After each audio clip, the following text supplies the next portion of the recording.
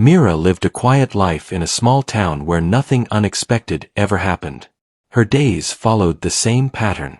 She worked at a local office, returned home before sunset, and spent her evenings reading or cooking simple meals. She was not someone people talked about much, and she liked it that way. One cold morning, a letter arrived with her name written in firm, careful handwriting. It was different from the usual bills and notices. The envelope felt heavy, as if it carried more than paper inside. Mira stood near the door for a moment before opening it. She did not know why, but her hands felt tense. The letter was from a law office far away. It informed her that a distant relative had passed and left her a property. The words sounded formal and distant, but one line made her read it again. The property was a cabin located deep in the frozen wasteland, a place where winter never truly ended and temperatures dropped to -80. Mira frowned as she read the line again. A cabin in such a place sounded unreal. She had never even traveled far north. She folded the letter and placed it on the table, unsure what to think. That evening, she attended a family gathering. These gatherings were loud and crowded, filled with voices that spoke over one another. Her relatives were people who liked comfort, warmth, and familiar things. When Mira mentioned the letter, the room went quiet for a moment. Then the laughter began. Aunt Lena shook her head and smiled as if hearing a joke. Uncle Ron laughed openly and asked who would leave a cabin in a frozen wasteland. Others joined in, making comments about endless snow, broken walls, and useless land. Some said the letter must be a mistake. Others said Mira should refuse it before it caused trouble. Mira listened without speaking. She felt their words brush past her, but none of them settled in her heart. Something about the cabin stayed in her mind. The letter had not felt like a joke. It felt careful. It felt planned. When the laughter faded, someone asked if she planned to go there. Mira hesitated, then nodded. That caused another round of disbelief. People warned her about danger, loneliness, and failure. They spoke as if the land itself was mocking her. Mira left early that night. She walked home under a quiet sky, the letter folded safely in her coat. The cold air felt sharp against her face, but it helped her think clearly. She realized she had already made a decision. The next weeks were filled with preparation. Mira researched the region and learned how extreme the weather could be. The frozen wasteland was not a place for mistakes. Still, the more she read, the stronger her curiosity grew. The cabin was not listed as abandoned. Records showed it had been built with care. She contacted the law office and confirmed the inheritance. The lawyer sounded relieved, as if waiting for someone to accept it. He explained that the cabin had been maintained quietly over the years. Supplies were delivered once a year. No one lived there full-time. Mira asked why it was left to her. The lawyer paused before saying that the owner believed she would listen instead of laugh. Those words stayed with her. As the day of her journey approached, her relatives tried again to change her mind. They spoke softly this time, using concern instead of humor. They said she was risking everything for nothing. They said she would come back disappointed. Mira packed anyway. The journey north was long and difficult. Trains replaced roads, and roads turned into paths of ice. The sky changed color, becoming pale and wide. Towns grew smaller until they disappeared altogether. When Mira finally reached the last stop, the world felt silent. The air was cold beyond anything she had known. A guide helped her reach the cabin by vehicle, traveling slowly across frozen ground. Then she saw it. The cabin stood alone against the endless white. It was not broken or weak. Its walls were strong, built from dark wood and steel. Snow rested on its roof, but the structure stood firm, untouched by time. Mira stepped out and felt the cold wrap around her. It was sharp and heavy, but the cabin seemed to resist it. As she opened the door, warmth met her face. Not strong heat, but enough to prove the place was alive. Inside, everything was clean. Shelves held supplies, tools, and sealed boxes. Lights turned on with a switch. The floor felt warm beneath her boots.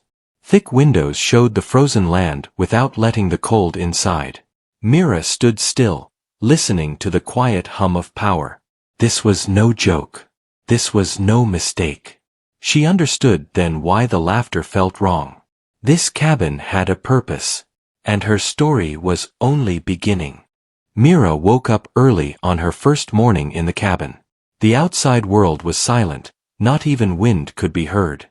The cold wasteland looked endless through the window, but inside the cabin, the air was steady and warm. It felt strange to be safe in a place that most people feared. She moved slowly, exploring the cabin room by room. The kitchen was small but fully prepared. There were sealed food packs, clean water systems, and tools placed neatly on shelves. Everything had a purpose. Nothing was wasted. This made Mira uneasy but also curious. In the main room, she found a large table with maps spread across it. The maps showed the surrounding land in great detail. Marked lines and notes covered the paper. Some areas were circled, others crossed. Dates were written in careful handwriting. This place had been studied for years. Mira touched the map gently.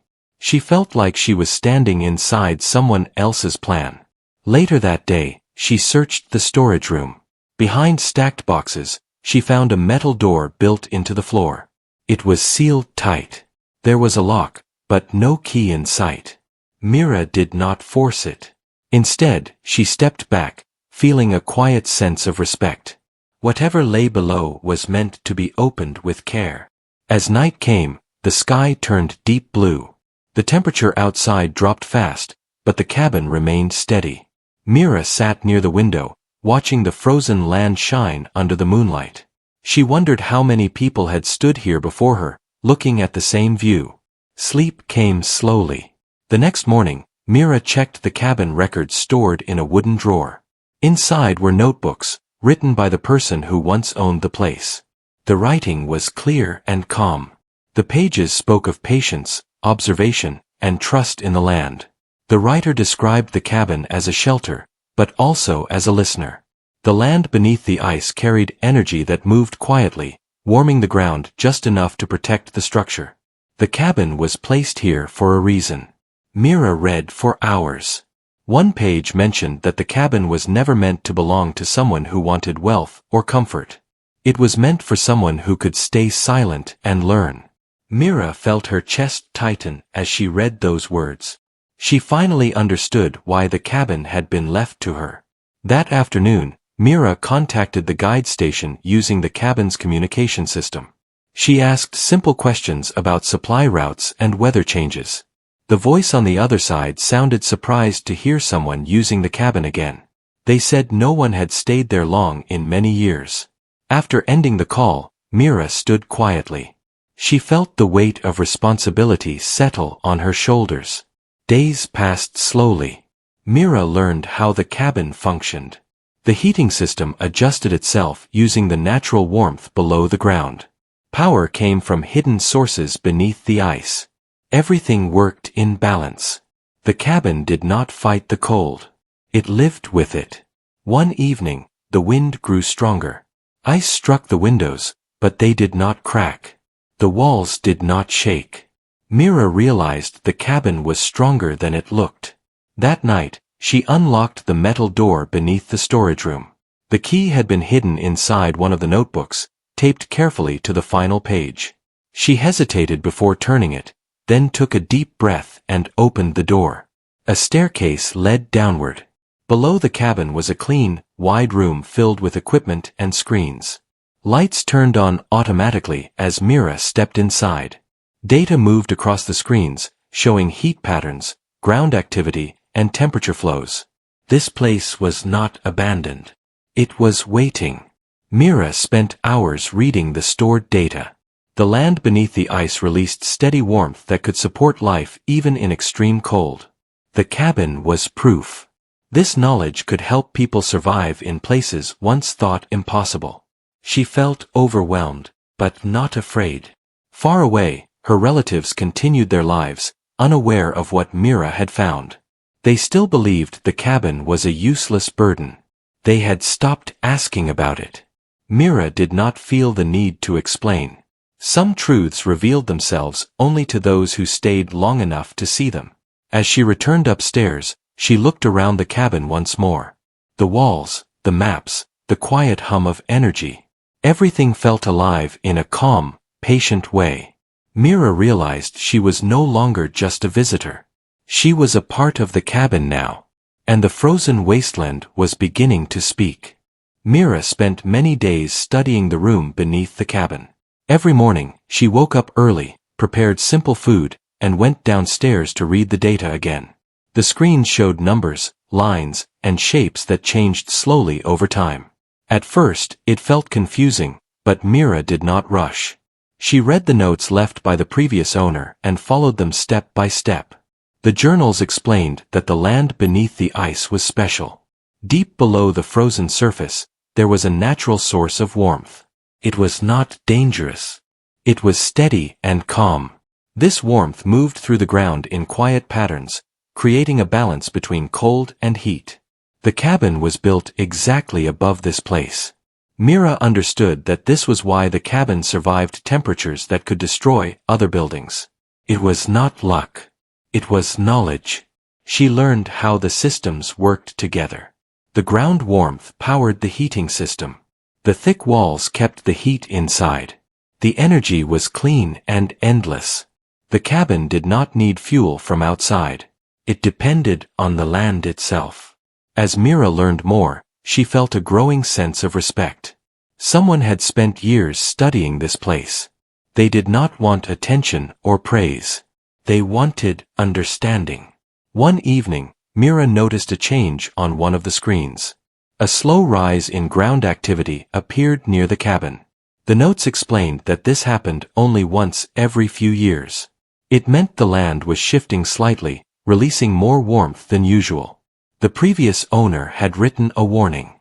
During these times, the land needed careful observation. Wrong actions could disturb the balance. Mira followed the instructions carefully. She adjusted settings, recorded data, and checked the outside sensors. She did not panic. She trusted the system. Outside, the frozen wasteland looked the same. Endless white, silent and still. No one would guess that something powerful moved beneath the ice. A week later, Mira contacted a research group using the cabin's secure system. She did not share everything. She asked questions, listened, and learned. The researchers spoke about the struggle to create safe living spaces in extreme climates. They believed such places were impossible. Mira looked at the walls around her and stayed silent. Later that night, she received a message from her relatives. They asked when she planned to return. They said winter storms were dangerous. They said she had proven her point and should come home. Mira read the message calmly. She did not reply. The next morning, a strong storm hit the wasteland. Wind pushed snow against the cabin with great force. The sky turned dark, and visibility disappeared. Inside, the cabin remained steady. Lights stayed on. Heat flowed gently through the floor. Mira stood near the window, watching the storm without fear. She realized the cabin was more than a shelter. It was a promise that people could live in harmony with harsh environments. When the storm passed, the land looked untouched. The cabin stood strong, exactly as before. Days later, Mira discovered another hidden file in the system. It contained letters written to her, though they had been prepared long before she arrived. The previous owner explained their choice. They had watched Mira from afar, noticing her patience, her quiet nature, and her ability to listen. The letter said that others would have tried to sell the land or turn it into something loud and careless. Mira would protect it. Tears filled her eyes, but she stayed calm. With growing confidence, Mira began organizing the data. She created clear records that others could understand. She prepared reports that explained the system without revealing its exact location. She wanted to protect the land from those who might misuse it. Slowly, interest began to grow. Experts asked questions. Funding offers appeared. Mira remained careful. sharing only what was necessary. Her relatives heard rumors. They saw news about research in extreme cold regions. Some began to connect the pieces. Their tone changed. The laughter from before was gone. Mira stayed focused. One afternoon, she stepped outside for the first time without fear of the cold. She wore protective clothing, but she stood still, feeling the ground beneath her boots. Beneath the ice, warmth moved quietly, just as it always had. She realized the frozen wasteland was not empty. It was misunderstood. That night, Mira wrote her own notes in a fresh journal. She recorded her thoughts, her observations, and her hopes. She wrote about balance, patience, and respect.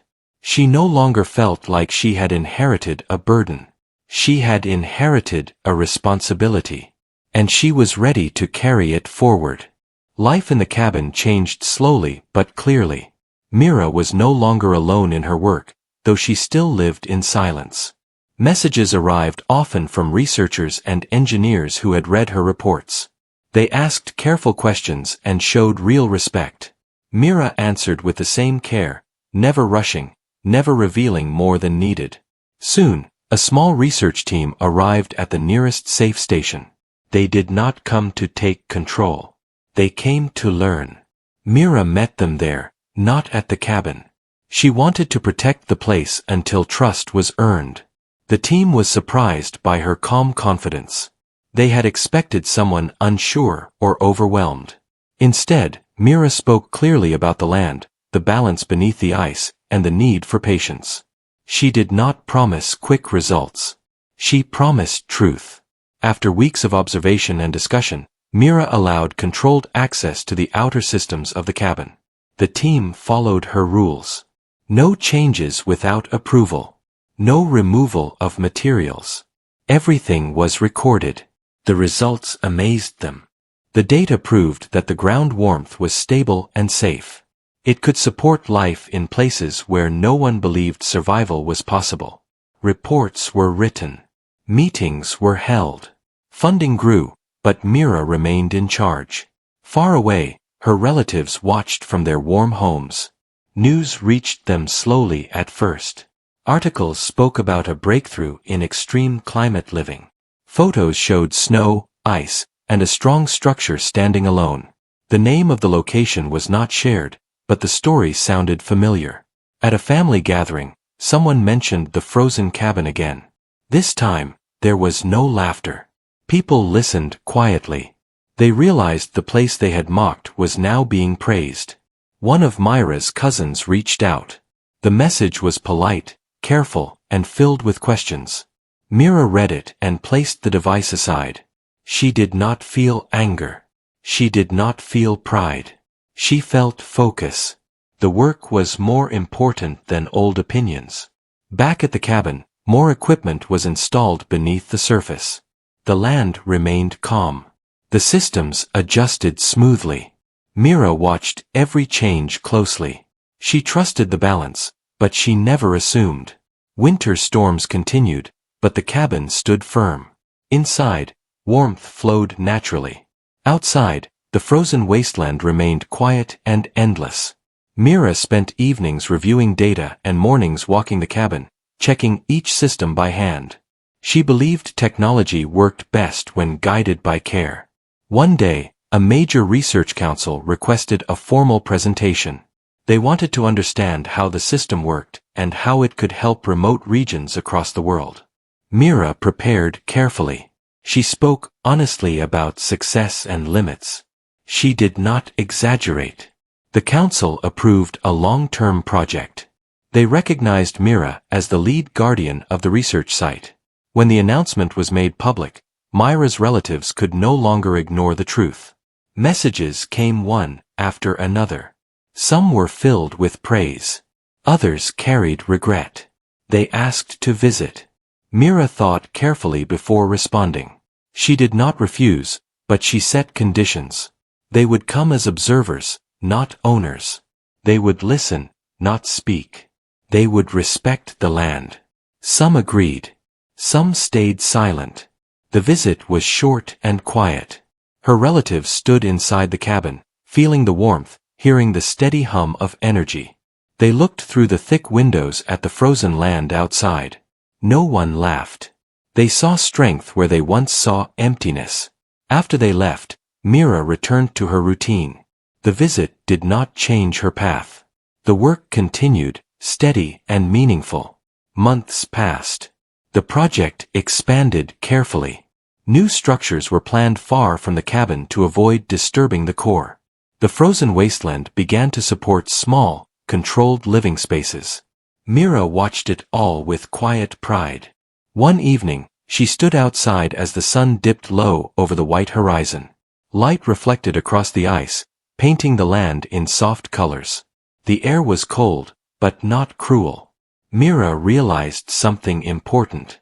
The truth did not need noise. It needed time. The laughter had faded because it could not survive proof. And in the heart of the frozen wasteland, a quiet victory had taken root. Years passed, but the frozen wasteland no longer felt empty. What once seemed like endless white silence now carried quiet purpose. Small research buildings stood at safe distances from the cabin, built carefully to respect the land. Lights glowed softly against the snow during long nights, and people worked with patience and care. At the center of it all stood the original cabin. Mira still lived there. She had refused larger housing and busy offices. The cabin reminded her why everything began. It was not about recognition or power. It was about listening to the land and protecting what could help others. Visitors came from far regions to learn. Some stayed for weeks, others for months. They studied the systems, the balance of heat and cold, and the careful choices that made survival possible. Mira guided them quietly, teaching more by example than by words. She believed the land rewarded respect. One morning, Mira received a message from a distant settlement. They struggled with extreme cold and limited resources. Traditional solutions failed again and again. They asked if her work could help them survive. Mira read the message slowly. She thought about the early days, the laughter, the doubts, and the long silent nights in the cabin. Then she replied with clear steps and honest limits. She did not promise miracles. She promised guidance. Months later, the settlement reported success. Warmth flowed steadily beneath their buildings. People stayed safe through harsh winters. Children played indoors while storms passed outside. Mira smiled quietly as she read the report. News spread further. The frozen wasteland became a symbol of possibility rather than fear. Still, Mira protected its location. She believed some places should remain quiet. Her relatives followed her journey from afar. They spoke of her with respect now. Some admitted their mistakes openly. Others stayed silent. Mira held no anger. Time had already answered every doubt. One winter evening, Mira sat by the cabin window, watching snow fall slowly. The temperature outside was as harsh as ever, but inside, the air was calm and steady. The cabin breathed gently, as if alive. She opened an old journal from the first owner. The final page had only one sentence. The land listens to those who listen back. Mira closed the book and placed it carefully on the shelf. The next day, she walked outside, standing still on the frozen ground. Beneath her feet, warmth moved patiently, unseen but strong. The frozen wasteland was no longer misunderstood. It was known, respected, and protected. As the sun rose over the endless white horizon, Mira felt at peace. She had inherited more than a cabin. She had inherited truth. And she had proven that even in the coldest place on earth, understanding could build the warmest future.